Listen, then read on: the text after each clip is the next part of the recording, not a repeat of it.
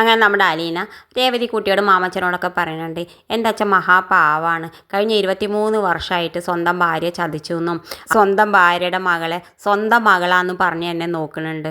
എല്ലാ അഭിമാനവും നഷ്ടപ്പെടുത്തിയിട്ടും എല്ലാ കുറ്റം സ്വന്തം തലക്കിട്ടിട്ടും പാവം ഇങ്ങനെ നടക്കുന്നുണ്ട്.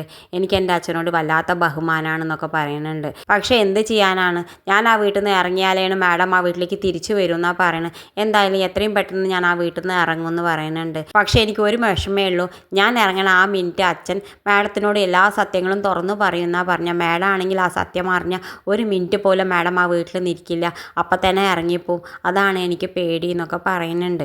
എന്തായാലും പിന്നെ കാണിക്കേണ്ടത് നമ്മുടെ രേവതിക്കുട്ടിയും എല്ലാവരും കൂടി ഇരുന്ന് ഭക്ഷണം കഴിക്കേണ്ട രോഹിത്തും അലീനയും. ആ സമയത്ത് രോഹിത്ത് രേവതിക്കുട്ടിയോട് പറയുന്നുണ്ട്, നീ കുറച്ച് ഓവറാന്ന് പറയുന്നുണ്ട്. ആ സമയത്ത് നമ്മുടെ രേവതിക്കുട്ടി രോഹിത്തിനെ നോക്കി പറയുന്നുണ്ട്, വീരൻ്റെ അത്ര ഓവറല്ല ഞാൻ, അല്ലെങ്കിൽ ഇത്തിരി ഓവറായാലേ നാട്ടുകാരുടെ ശ്രദ്ധ മുഴുവൻ കിട്ടുള്ളൂ അല്ലേ എന്നൊക്കെ പറഞ്ഞിട്ട് നമ്മൾ രോഹിത്തിനെ കളിയാക്കേണ്ട. രോഹിത്തിനാണെങ്കിൽ വല്ലാതെ വിഷമമുണ്ട്. നമ്മുടെ അലീന പറയേണ്ട മുണ്ടാതിരിക്കടി അവനെ കളിയാക്കാതെന്ന് പറയുന്നുണ്ട്.